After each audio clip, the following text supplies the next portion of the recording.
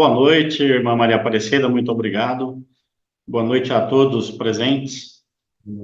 Como foi dito, eu sou padre da Igreja Católica Liberal, da mesma forma que o reverendo Heitor também o é, e o padre Osmar, né, que vocês já conhecem. A irmã Cida também é da Igreja Católica Liberal, diaconisa. Eu sou psicólogo também, sou psicólogo formado lá em 99. A irmã Samira também é psicóloga, né, ela segue a linha aí de Carl Gustav Jung, é isso? Eu sei que tem outros psicólogos aqui também, né? Não sei se estão presentes hoje, né? Mas a linha que eu sigo é a abordagem centrada na pessoa. Foi criado por Carl Rogers lá na década de 40. Carl Rogers, diferente de outros psicólogos, ele era um biólogo, quer dizer, não era médico, como os outros eram. Então ele observava muito as plantas, os animais, e gostava muito de observar as pessoas. Além do que ele também tinha estudado para ser, ele tinha feito seminário para poder ser pastor. Desistiu de ser pastor, né? Foi dar aula, virou psicólogo, mas com essa formação de biólogo e também com conhecimento aí de teologia. E a linha que ele desenvolveu não é uma técnica, é um jeito de ser. Que é um jeito de ser do psicólogo, do padre, do professor, um jeito de ser de todas as pessoas. Então, ele criou ferramentas facilitadoras para todos os seres humanos. E eu procuro utilizar essas ferramentas, né, facilitadoras em todos os momentos, seja com meus filhos, seja com os amigos, colegas. E essas ferramentas facilitadoras, né, eu vou falar delas para poder chegar, né, justamente no motivo da palestra, que é o eu e os outros eus. Então, essas ferramentas facilitadoras são, primeiro, tendência atualizante, acreditar na tendência atualizante, que é o quê? Acreditar na capacidade que todo ser vivente tem de buscar o melhor para si mesmo. E aí, tem pessoas que buscam o que é pior para si?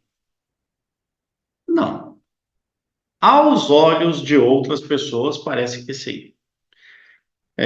Eu atendo dependentes químicos, atendo pessoas que têm uma ideação suicida, atendi muitas pessoas ao longo da minha vida, né, que eu atendo desde 1999. Mas no início, né, eu gostava de seguir muito a fenomenologia, que é a fenomenologia existencial. É uma visão humanista também, ali, né, semelhante à ACP, mas não usava essas ferramentas. Então eu olhava com um olhar de, digamos, de julgamento. Então, uma pessoa que era usuário de droga, eu pensava assim, bom, ela está buscando o pior para ela. Mas, quando eu comecei a olhar as pessoas com esse novo olhar da abordagem centrada na pessoa, aí eu comecei a perceber, porque eu comecei a dar ouvido a elas, né, de maneira empática. E aí a empatia é uma dessas ferramentas, que é você colocar-se no lugar do outro para ver o mundo do outro, o mais próximo do que ele vive. É claro, sem se confundir com o outro. Você tem que saber quem é você para você não se confundir com ele também. E quando eu comecei a observar isso, eu percebi que as pessoas que usam droga, na verdade, estão buscando algo melhor para eles, que é o melhor que eles têm naquele momento. Não estou incentivando o uso de drogas, não é isso. Mas essas pessoas também, aos nossos olhos, aos olhos de algumas pessoas, estão buscando o pior para si. Mas, na verdade, não é o pior para si. Estão buscando o que eles conseguem ter para aliviar os seus sofrimentos. Então, o usuário do crack, da cocaína, da maconha, por aí vai, o usuário de álcool e tantas outras drogas que existem, sejam injetáveis ou consumidas via oral ou inalantes. Então, quando você começa a se colocar no lugar da outra pessoa, você começa a perceber que ela tem a tendência atualizante, ela está buscando o que é melhor para ela. E nesse sentido, Carl Rogers, ele observando batatas que o pai dele deixava no porão, essas batatas começavam a brotar e elas iam na direção do quê? na direção do sol. E a gente sabe que as plantas buscam sol para fotossíntese. O ser humano não é diferente. Então, nós sempre buscamos o que é melhor para nós mesmos. A natureza faz isso, nós seres humanos fazemos isso, os animais fazem isso, e, inclusive, não, uma coisa muito interessante, uma pedra também evolui. Ela busca o que é melhor para ela. Se nós olharmos na areia, né, na praia, nós vamos ver areia, que é o quê? São micro-rochas, né? É uma evolução da rocha, ela vai se desgastando, vai virando areia, e é uma evolução para a pedra. Então, tudo evolui. Então, a tendência atualizante é o carro-chefe para que eu possa ver o outro da maneira que ele realmente é. É claro, vou usar também a empatia, me colocando no lugar do outro, tendo uma escuta empática em relação ao outro. Mas outra coisa interessante, e tudo isso acontece junto, né? É a congruência, né, dos sentimentos que ocorrem comigo em relação ao que o outro fala ou faz. E nós, seres humanos, digamos, eu estou conversando com o Henrique Cesaretti e ele acaba, desculpa te usar como exemplo, meu amigo, mas você é tão legal Seja que à eu gosto de vontade. usar você. À vontade. Então, eu estou conversando com o Henrique e de repente ele é ríspido comigo e eu não fiz nada para ele ser ríspido, mas isso mexeu comigo. E aí, ser congruente, né, ou ser coerente, seria eu falar para ele assim: olha, Henrique, você me perdoa, né? Não é sobre você, mas é sobre mim. Quando você falou dessa maneira, eu me senti dessa outra maneira, eu me senti assim. Então, ser congruente com os meus sentimentos. Isso amplia a nossa conversa e o nosso entendimento do que está acontecendo. E, de repente, ele pode dizer para mim assim: nossa, mas eu nem percebi que fui ignorante com você. Me desculpa. E, a partir disso, ele começa a ter mudanças no próprio comportamento. Mas não é somente isso, as ferramentas facilitadoras. Tem uma outra ferramenta que é a aceitação incondicional positiva. E isso eu vejo muito, né? Não é fazendo propaganda da Igreja Católica Liberal, mas eu a amo, né? De paixão, como eu amo também a abordagem centrada na pessoa.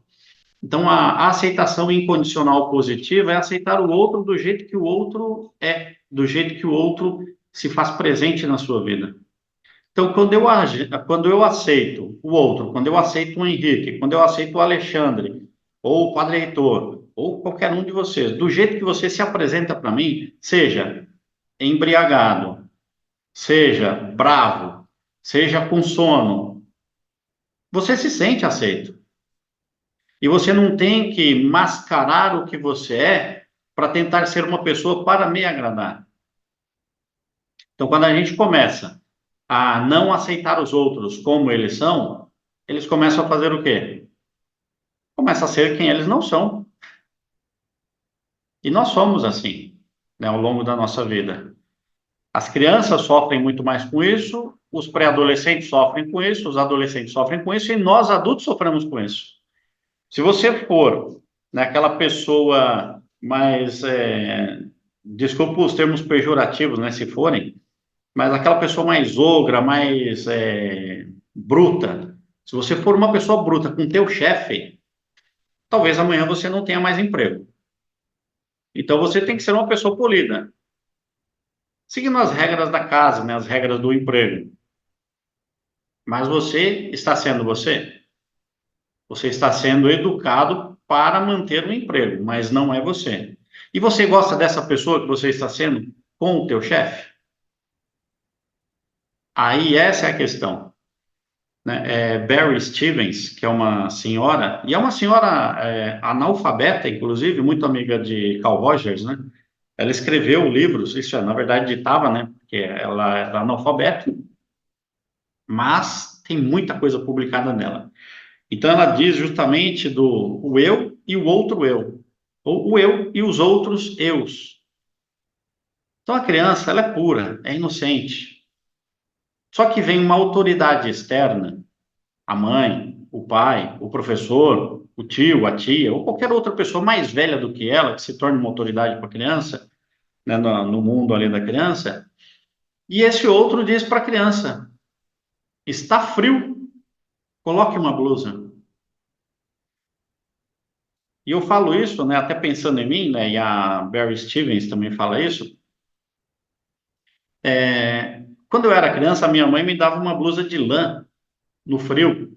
Eu odiava aquela blusa, mas eu colocava porque ela mandava e ela dizia que eu estava com frio. Mas até hoje, se está 11 graus, 10 graus, 9 graus, eu estou de camiseta. E hoje aqui, bom, de manhã estava 9 graus e eu estava de camiseta. Eu durmo de camiseta. Agora está 18 graus, está gostoso também. Mas na minha infância eu também era assim, eu sentia calor. Mas eu colocava a blusa porque a minha mãe dizia que eu estava com frio. Então, quem sabe mais sobre mim? A minha mãe ou eu?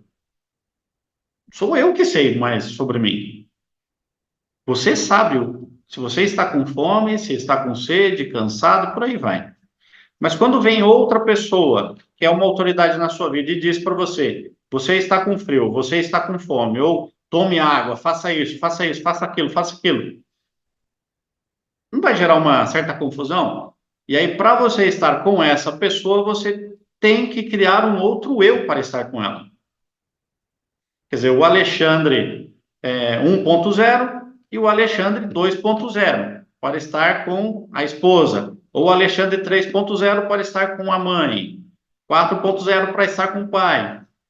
Nós criamos outros eus para aceitar o outro e ser aceito pelo outro.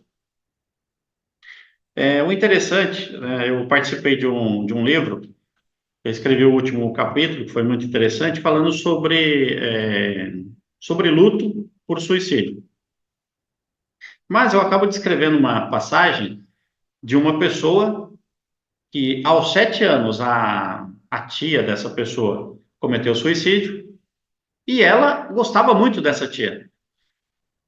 Só que a irmã dessa pessoa disse assim: não chora. E ela continuou chorando. E a irmã insistiu: não chora. E ela perguntou: por quê?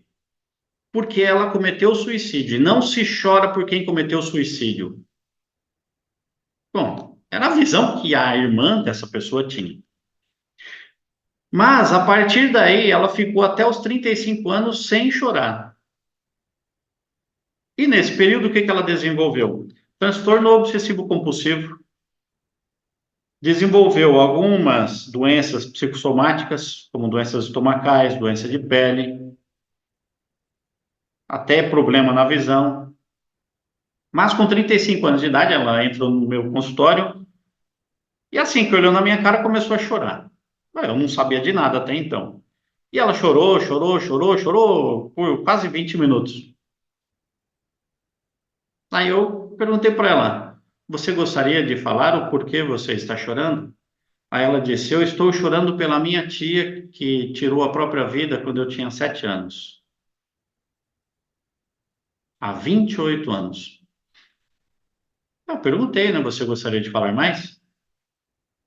Ela, sim. E contou essa história que eu falei para vocês, né? Que a irmã dela disse que ela não podia chorar porque a tia tinha cometido suicídio. Então percebam o poder que nós temos, né, de colocar um problema na vida do outro para ele ser incongruente com os sentimentos, porque gerou uma incongruência com o sentimento dela, que era chorar pela morte da tia. E com essa incongruência, o que que veio? As somatizações, ou as doenças psicossomáticas. A partir daquele momento, essa pessoa começou a melhorar. Tanto que ela reduziu alguns medicamentos, ela percebeu que o que ela tinha, né, do toque, na verdade, era uma forma de fazer com que os outros a aceitassem do jeito que ela era. Porque senão ela podia fazer qualquer coisa ali, né? O pessoal tinha ela como se fosse doida, né? Por causa do toque. Então o pessoal deixava ela tranquila. Era a forma que ela conseguia viver. Então ela criou outros eus na vida dela. Um eu que tinha toque, um eu que tinha problema de pele, um eu que tinha um problema estomacal e um eu que tinha um problema na visão,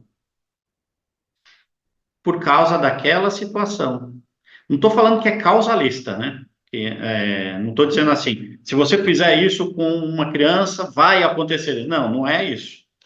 porque até a lei da relatividade, né, de Einstein, né, tudo é relativo, depende de como você entende a informação.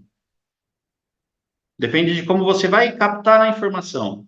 Então, a sua capacidade cognitiva é que vai determinar o seu futuro. Que pode ser isso, pode ser coisa pior, ou pode simplesmente ter sido uma bronca naquele momento, mas você não está nem aí com a bronca da pessoa. Mas, quando você tem uma autoridade externa que supostamente sabe mais de você do que você mesmo, você acaba gerando um outro eu na sua vida. Uma outra coisa interessante também, né, que eu até deixei anotado aqui de lado para não me esquecer, eu atendi uma pessoa que ele entrou numa instituição para poder assumir uma função. E faltavam 6 meses para ele aposentar.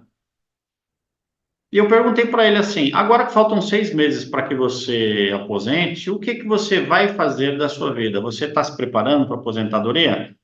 E essa pessoa falou, e pela primeira vez, hein, eu atendi ele já tinha uns 3 meses mais ou menos.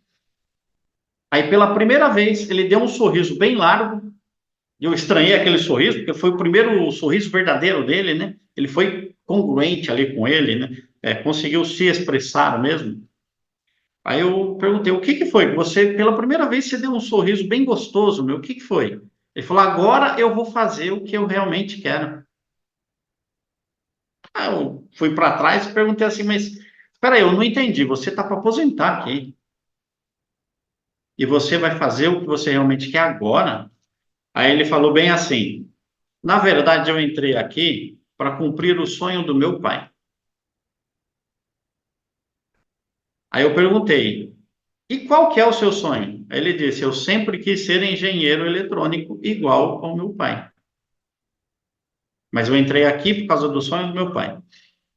Então, a partir daquele momento, ele começou a perceber que ele estava agora com autoridade sobre ele mesmo para fazer o que ele realmente queria, porque ele já tinha cumprido com o sonho do pai. É uma autoridade externa que impõe uma condição para você e você vive infeliz durante 30 anos ou durante 40 anos. Isso é criar um outro eu, ou vários outros eus para poder suportar essa vida. Porque, afinal de contas, foram 30 anos numa vida sendo alguém que ele nunca quis. E como suportar isso? Ele já estava com problema de coluna, porque ele carregava o peso, né, dessa responsabilidade de cumprir com o sonho do pai. Ele tinha problema na coluna por abraçar, né, o problema de outras pessoas que talvez fossem semelhantes a ele. E o interessante é que depois dessa conversa, né, passaram mais umas 5 sessões, ele não sentia mais dor na coluna, porque ele deixou de carregar o peso da responsabilidade de cumprir com o sonho do pai. Então, quando você é incoerente ou incongruente consigo mesmo, com seus sentimentos, seus desejos, suas vontades, você começa a adoecer, porque o adoecimento, ele acaba fazendo o seguinte, ele impõe ao outro que o outro lhe dê o que você quer. E eu atendi pessoas, né, em hospitais também, que eu sou pós-graduado em psicossomática e psicologia hospitalar, e as pessoas que estavam internadas que eu visitei, eu gostava de perguntar assim, o que você tem aqui que antes você não tinha? E a maioria respondia o seguinte, eu tenho a atenção da minha família. É um ganho secundário. Porque se você não pode ser você mesmo, e você adoecendo, aí você passa a ser você mesmo de uma maneira, né, adoecida ali, não é buscar o melhor para si mesmo também isso? Que é uma tendência atualizante. Não é que você pensa assim, eu vou ficar doente para poder ter o que eu quero. Não é isso. É porque ninguém quer ficar doente. Porque tem vários adoecimentos, né, e adoecimentos graves que levam até a morte, mas a pessoa tem aquilo que ela nunca teve até aquele momento. Por quê? Ela cria um outro eu adoecido, vivendo uma incoerência, para poder agradar o outro e não a si mesmo. Mas quando essa pessoa acaba tendo esse ganho secundário, que é a atenção de quem ela gostaria realmente de ter, é claro que é confortável permanecer adoecido. Então, ter um outro eu adoecido te traz benefícios. É uma tendência atualizante.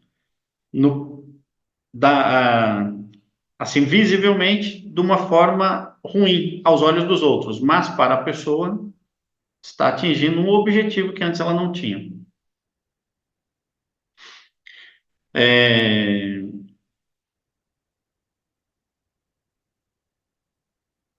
essa forma, né, de nós olharmos o ser humano, aceitando a pessoa como ela realmente é, ouvindo ela, para entender o jeito dela e o que ela, como ela vive, nos aproxima da pessoa e permite que nós deixemos a pessoa ser o que ela realmente é.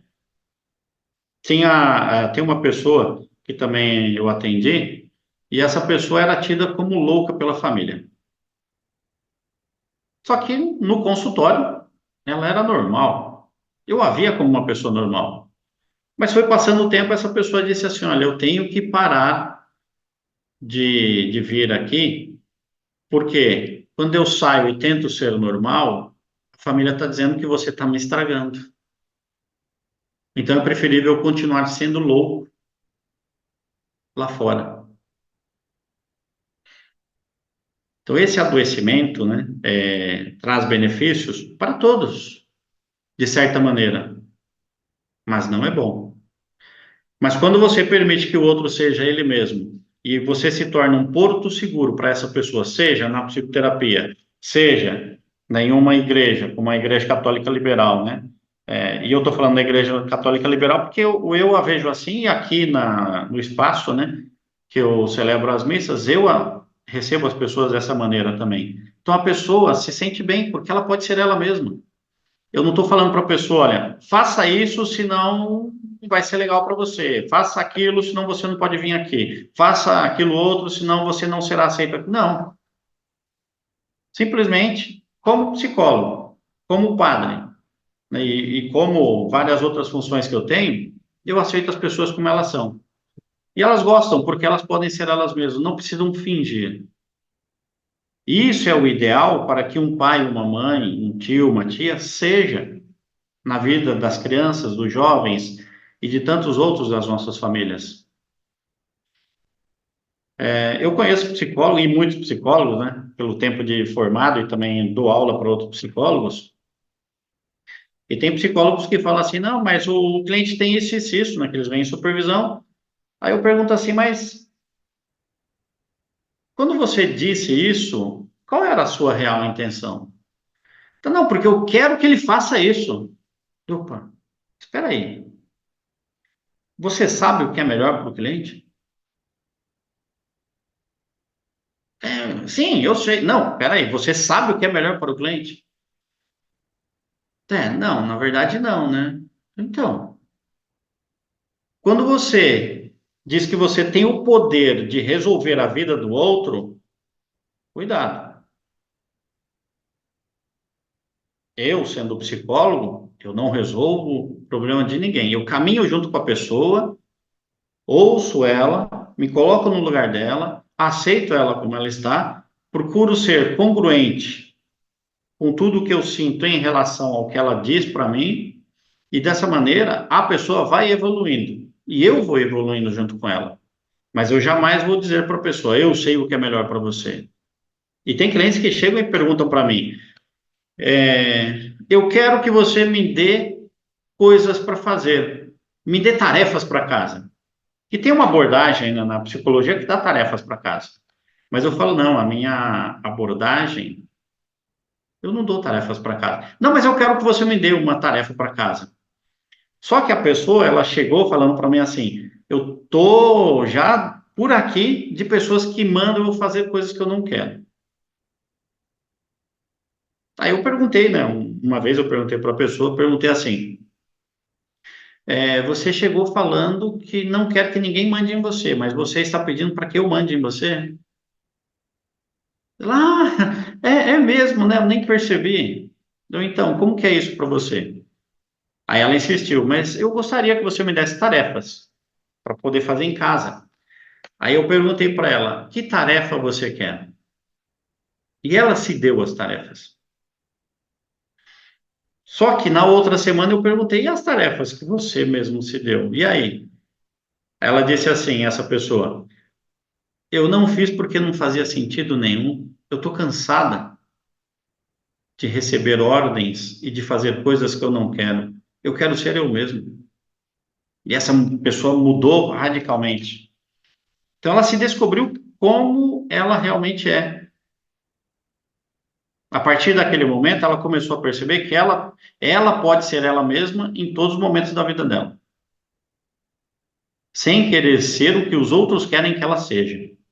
Então ela não precisa mais de criar outros eus na vida para poder ser aceita.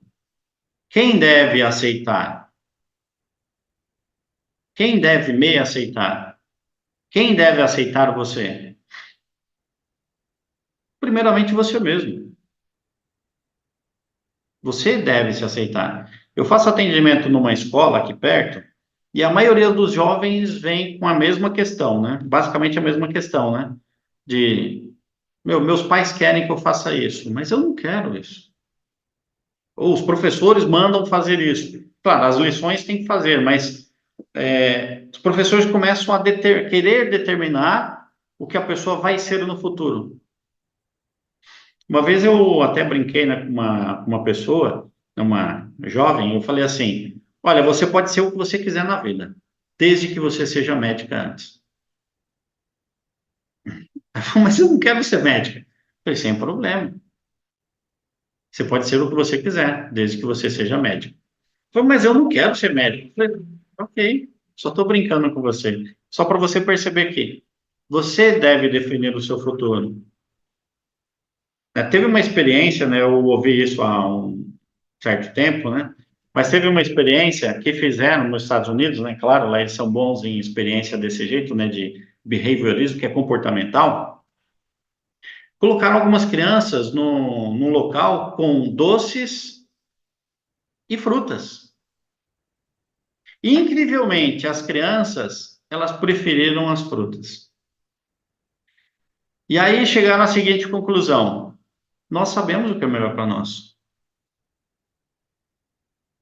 O doce, ele é bonito, é saboroso, mas não é bom. Então, o nosso organismo, ele pede coisas boas. E a gente percebe no dia a dia, se a gente está comendo muita porcaria, né, literalmente, vai chegar uma hora que seu corpo vai falar assim: coma uma fruta, por favor, coma uma fruta. O nosso próprio organismo pede. É, tem um livro que é muito interessante, né, que eu amei esse livro, eu até escrevi um TCC, né, em cima dele, né, fiz o meu TCC em cima dele, que é Franz Kafka, A Metamorfose. Um certo dia, né, o herói, né, do livro, ele chega em casa, vai dormir, quando ele acorda no outro dia, ele não consegue levantar da cama. E ele naquela, né, de joga para cá, joga para lá, consegue levantar e se vê o monstro horrendo, olhando no espelho que ele tinha, né? E ele não consegue sair do quarto. Só que vai passando o período, a família tenta entrar no quarto, vê ele, que é um monstro horrendo, e começa a alimentar ele por debaixo da porta. Só que vai passando o tempo, ele morre, porque nem tudo que dão ele conseguia comer. E ele morre por inanição. E o que fazem depois que ele morre? Alugam o quarto dele e enterra ele, pronto. Esse livro é muito interessante para mostrar justamente que esse herói ele vivia à mercê da família, porque somente ele trabalhava. Então, no livro, ele tem o pai, a mãe e uma irmã, e só ele trabalhava. Mas quando ele deixa de ser útil, porque ele adoeceu, então esquecem dele, começam a alimentar ele de qualquer jeito, de vez em quando dão água, às vezes não, até que ele falece. Mas esse livro, ele chama, né, a minha intenção na seguinte questão. Se me ama como eu sou. É uma questão de adoecimento, né, que eu acabei fazendo o TCC para a psicossomática. Quando nós adoecemos, nós entramos numa situação de provar o amor que você tem por mim. Você realmente me ama? Então me ama como eu sou. Só que esse livro ele acaba mostrando o seguinte: a partir do momento que ele quis ser ele mesmo, que ele adoeceu, na verdade queriam que ele fosse aquela outra pessoa, trabalhadora que gerava dinheiro para casa. Não queriam que ele fosse ele mesmo. Então ele criou um outro eu, mas um eu adoecido. E isso acontece na nossa vida. Isso acontece com todos nós. Então, né, o que eu estou falando hoje, né, sobre o eu e os outros eus, é para que nós possamos prestar atenção de como nós tratamos os outros e de como nós somos tratados pelos outros e o que nós queremos ser realmente. Quando é que eu consigo ser eu mesmo? Quando eu estou sozinho, ou quando eu estou em psicoterapia, ou quando eu estou com alguém que me trate como eu realmente sou e me aceita como eu sou, que é a aceitação incondicional positiva. Essa aceitação incondicional positiva, de outra maneira, seria um amor incondicional. Quer dizer, eu não coloco condições para te amar. Eu não falo assim, olha, você tem que ser uma pessoa que usa roupa da marca Boss para que eu te ame. Não. Pode vir aqui com roupas lá do Lojão do Brás, eu vou te amar do mesmo jeito. Então, é um amor incondicional positivo. Quando a gente começa a exigir muito do outro, a gente força com que o outro não seja ele mesmo. E eu lembro de uma história agora, né, que uma pessoa me contou, eu estava atendendo ele para poder tratar justamente isso. Ele prestava concursos públicos e não passava. Prestou umas 7 vezes. Só que um dia ele veio, angustiado para poder falar comigo e contou a história, né? Toda vez eu estudo, estudo, estudo, vou fazer a prova, me dá um branco geral. Apaga, esquece tudo. E é sempre reprovado. Trabalhei essa questão com ele, né? Buscando coisas do passado. E tem algo na nossa vida, inclusive tem um autor, eu só não me lembro o nome dele agora, mas ele diz o seguinte: palavras bruxas. Eu achei interessante o nome, né? Porque ele diz assim: os nossos pais têm poder de palavras bruxas. E o pai dele fez isso com ele. E aí eu vou falar para vocês o que o pai dele fez. Mas o que ele entendeu primeiro.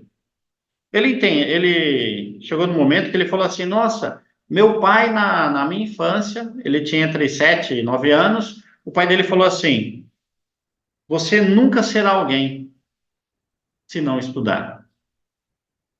E como ele entendeu? Você jamais será alguém na vida. Ele entendeu que o pai falou com ódio.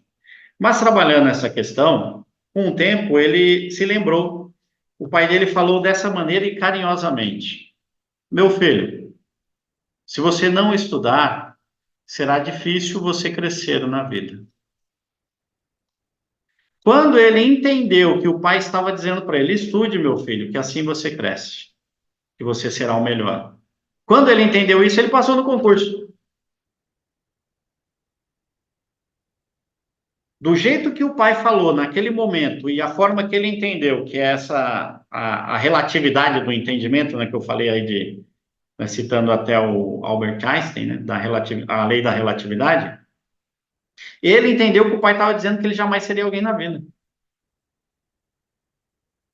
Mas quando ele, trabalhando em psicoterapia, ele deixou esse eu de lado, que é um eu burro, um eu que jamais cresceria, para entender a amorosidade do pai. E aí sim ele passou no concurso. Hoje ele está super bem. Porque nós acabamos entendendo informações que a gente recebe também de maneira equivocada. E a gente começa a gerar um outro eu nosso. E nossa, realmente, meu pai tinha razão. Eu sou burro e nunca serei ninguém na vida. E ele trocou isso para: filho, eu te amo tanto e eu quero que você estude para que você seja alguém na vida. E essa pessoa está super bem hoje. Tem outra coisa, né, que uma vez eu estava observando umas mães, umas crianças, né, num parquinho, e as mães falavam assim para os filhos: não suba que você vai cair. Era uma escadinha pequena, e tem parque que tem uma escadinha que é para idoso, para a terceira idade, né? Então as mães falam: não suba que você vai cair. E o que isso pode gerar na mente de uma criança? Você é incapaz, não faça. Então eu conversei com uma dessas mães depois e falei para ela assim: não seria melhor você falar para o seu filho assim, filho, pode subir, você é capaz, mas segura no corrimão. Olha a diferença.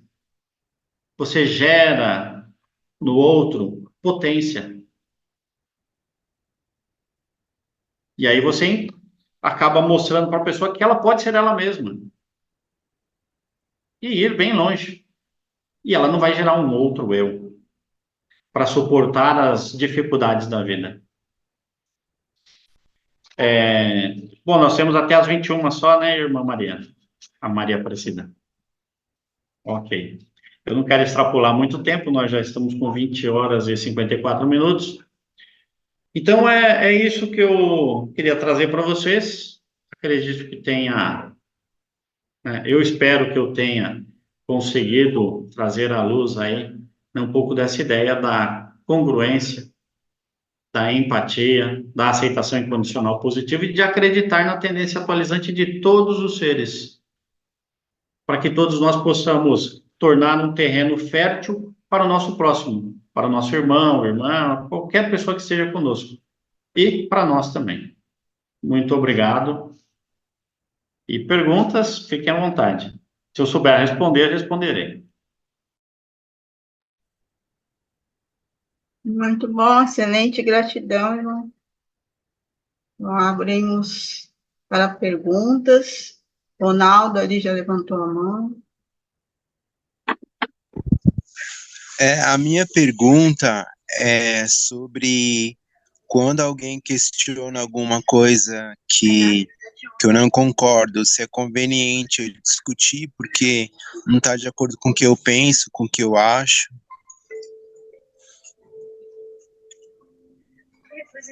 É uma pergunta bem interessante. Por quê? Nós sempre teremos pessoas que vão nos questionar, mas tem pessoas que nos questionam de maneira pejorativa, de maneira a nos diminuir, mas aí é o negócio. Ser coerente, ser congruente com o que você sente em relação a essa pergunta. Você pode até pedir para a pessoa reformular a pergunta e se colocando, né, como você sentiu com essa pergunta. É, na minha, eu vou expor até uma situação minha aqui, que não é vergonhosa para mim, porque depois foi gloriosa. É, eu sou policial, né, aposentado, e uma vez estava fazendo um bico numa empresa de ônibus lá em São Bernardo. E eu sempre fui desse jeito.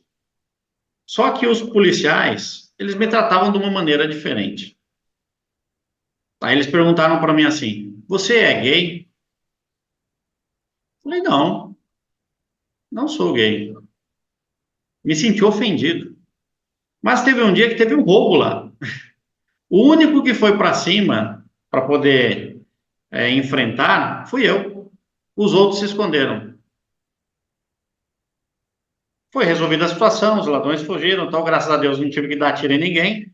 Mas depois eles falaram assim: olha, você desculpa a gente, porque nós pensamos que você fosse gay. Porque você é uma pessoa mais sensível. Mas você foi o único corajoso e o único homem aqui. Não estou dizendo que o homossexual não enfrentaria isso, mas a visão que eles tinham e a forma pejorativa que eles fizeram. Aí eu só sorri e falei assim: olha, eu me senti incomodado quando vocês falaram, né? Perguntaram se eu era gay. E eu não sou, mas isso me incomodou. Mas agora eu agradeço, né, de vocês serem sinceros comigo. Então, quando você mostra congruência com os seus sentimentos em relação à pergunta da pessoa, a pessoa pode reformular e você vai acabar saindo bem melhor. Não sei se satisfez aí a tua questão. Ah, sim, com certeza, porque às vezes assim a gente é contrariado de alguma forma, né? E vamos supor, se eu não aceito aquilo que a pessoa está falando, se eu não falar nada, eu vou me sentir mal, né? Porque eu não estou concordando e fiquei quieto, a pessoa falou, eu não estou de acordo e com isso eu me sinto mal. É por isso que eu perguntei se é conveniente falar, retrucar, entendeu? Sim, então, o retrucar, né, Jesus Cristo até fala para a gente, né? Se te derem um tapa na tua face direita, ofereça a esquerda. Isso não é retrucar, né? É mostrar que você está disposto a conversar, é mostrar, olha, eu não estou aqui para brigar, mas vamos conversar. E tem muitas formas, né, que as pessoas acabam nos perguntando, interrogando, ou até brigando com a gente, nos xingando e achovalhando, mas seja coerente. Não seja como essas pessoas. Então, seja humilde, mas seja coerente com os seus sentimentos. E mesmo que na hora, né, porque no calor ali do debate, pode sair briga, pode sair até porrada. Então, esfria a sua mente, acalma, chama a pessoa específica do lado e conversa com ela, expondo como você se sentiu. Inclusive, hoje tem até um curso, né? Já faz tempo, né? Mas hoje está aparecendo muito mais nas redes sociais, de é, diálogo não violento. Quer dizer, uma conversa não violenta. Quando você conversa com outra pessoa, falando de si. Né? Um exemplo, você chega na pessoa, vamos dizer que a irmã Maria Aparecida brigou com você. Espera ela baixar os ânimos, porque se for agora vai te bater, vai te dar vassourada. Mas você espera baixar os ânimos e você fala para ela assim, ó, irmã Maria Aparecida, eu gostaria de conversar com você, mas gostaria de falar algo sobre mim. Aí ela, humildemente, e ela é muito humilde, né, irmã Maria Aparecida, né? Sim, sim, sim, vamos conversar, né? É bem assim, né, irmã? Aí, aí você senta com ela e fala assim, irmã Maria Aparecida, o que eu vou falar é sobre mim. Não tem nada a ver com você. Mas aquele dia que você falou isso, eu me senti tão mal, eu só gostaria de expor para você como eu me senti. Então você não está peitando ela, você não está gerando resistência em relação a ela, porque você não vai gerar resistência nela contra você.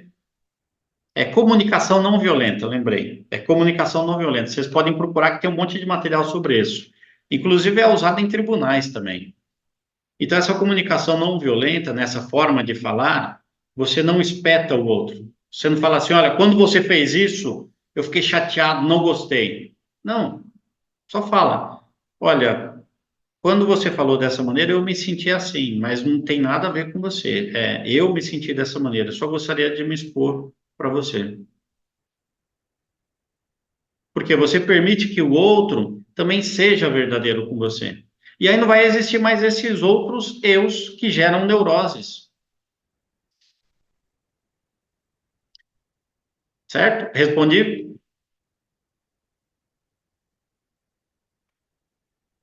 Sim, respondeu. Se alguém gostaria de perguntar, comentar, agradecer? Na Samira?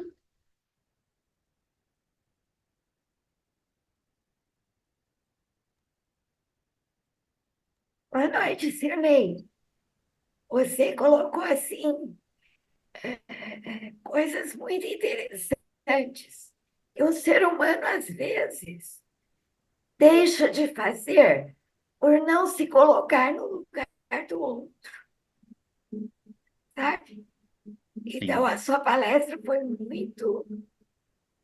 muito feliz. E a gente tem que ter foco, sim. né, naquilo que a gente faz, naquilo que a gente expõe, e realmente se colocar no lugar do outro. Gratidão. Obrigado. O Alexandre tinha levantado a mão. Boa noite, meu irmão. Boa noite. Primeiro, parabéns. Saudade de você lá na igreja, hein? Aparecerei. Parabéns pela exposição, muito esclarecedora.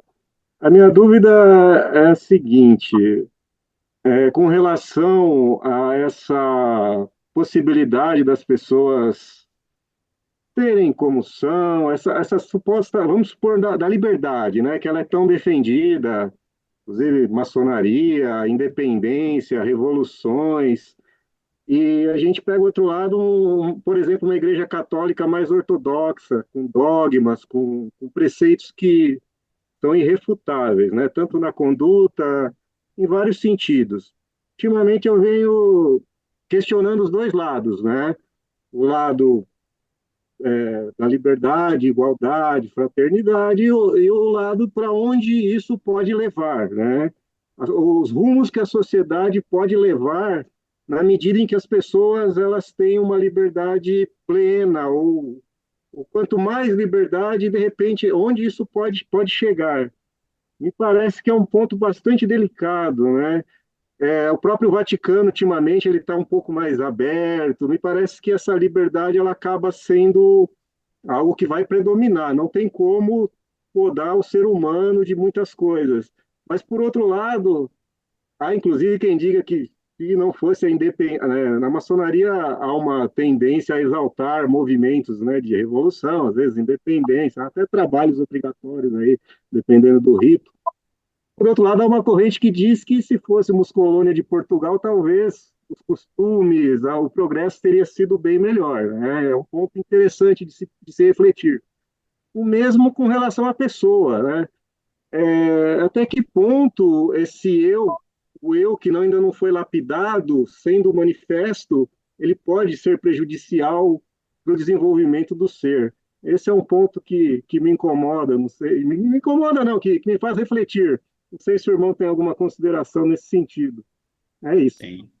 Não, é muito interessante. Tem pessoas, né, que me perguntam assim: Igreja Católica Liberal, quer dizer que você pode fazer de tudo? Eu falei, de tudo aquilo que te fizer bem. E aí, lembrando, né, Nietzsche, né, ele faz a pergunta, ele mesmo responde de o que é bom? É tudo aquilo que eleva o sentimento de potência no ser humano. E o que é mal? O oposto disso. E eu dava aula para os policiais, né, que eu trabalhei na polícia e também era psicólogo lá dentro, e eu dizia para eles o seguinte, né, e eles ficavam surpresos depois, né, refletiam, alguns não gostavam, né, mas refletiam, de se o que é bom é tudo aquilo que eleva o sentimento de potência no ser humano, então o que é bom para um policial? Cumprir a lei, prender, pegar ladrão e colocar na cadeia. E o que é bom para o ladrão? Roubar, estar vivo depois de uma troca de tiro, ter ganhos de maneira ilícita aos olhos da lei. Não é bom? Isso para o policial e isso para o bandido? Então, o que difere? A lei.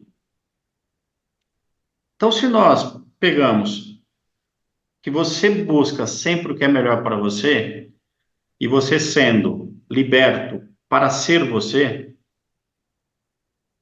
e um ladrão que é bem aceito, e digamos, um ladrão faz terapia, inclusive Carl Rogers até falou isso, um ladrão que faça terapia, ele vai continuar roubando?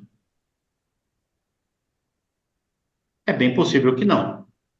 Porque uma pessoa bem resolvida, ela vai buscar o que é melhor para ela, o que vai dar mais vida, o que vai dar mais liberdade. E se você rouba, você vai ter liberdade? Estou falando liberdade física. Não, você vai viver preso e fugindo da lei. Então, uma pessoa bem resolvida e uma pessoa que é aceita pela sociedade, ela não vai querer fazer coisas contra a sociedade. Então, quando eu falei, né, que pessoas que me perguntam, né, a Igreja Católica Liberal pode fazer qualquer coisa? Desde que faça bem para você. Porque você sendo aceito, você vai buscar o que é melhor para você. Então, você vai usar drogas? Pode usar. Mas em um dado momento, você vai ver que isso não te satisfaz. E você vai buscar algo bem melhor para você. Eu atendo dependentes químicos até hoje. E tem dependentes químicos que param com o uso da droga porque veem que, ao longo do tempo, isso está gerando um adoecimento para ele e está afastando ele da sociedade, da família, do trabalho. Então, ele está buscando o que é melhor para ele, mas ele sempre está buscando isso. Ele é livre para fazer o que ele quer. E o que ele quer? Ser bem-sucedido, ser bem resolvido. Então, dar liberdade para o ser humano não é dar libertinagem. Você deve ser você, o Alexandre. E dentro disso você busca o que é melhor para você. E com certeza, você sendo aceito do jeito que você é, você será uma pessoa bem resolvida. Então, o que prende o homem, o que causa neurose, o que causa problemas sociais? Impor muitas regras. Um pai superprotetor protege ou desprotege o filho? Vocês vão se lembrar de um filme que é Jimmy, o Garoto da Bolha. Ele até foi feito aí há pouco tempo. Até John Travolta já fez esse filme, né? Quando ele era jovem ainda. A mãe desse garoto coloca ele dentro de uma bolha e diz que os germes poderão matá-lo. E tudo que tem que dar para ele tem que passar num local ali, né, da bolha, para poder desinfectar, para ele poder comer ou tomar. Só que chega um dia que ele descobre que ele não tem nada disso. Era a super proteção da mãe. Então, a super proteção muito mais desprotege do que protege. Então, quando você começa a ditar muitas regras e regras pesadas, você gera neurose, você gera culpa. E se você gera culpa, você gera neurose. E se você gera neurose, você gera adoecimentos. Por quê? Com uma neurose, você vai ter um estresse. O estresse em fase de exaustão, ele se torna ansiedade ou depressão, ou um quadro misto. O estresse em fase de exaustão, ele vai se tornar somatizações. Você vai acabar adoecendo de alguma coisa que o seu corpo pode adoecer. Não é o que você quer, mas o que pode. E tem pessoas que talvez nem adoeçam, porque são mais resilientes. Porque depende de como você foi criado. Depende de como você entende os nãos da vida. Não sei se te ajudei. Sim, muito obrigado. Muito obrigado.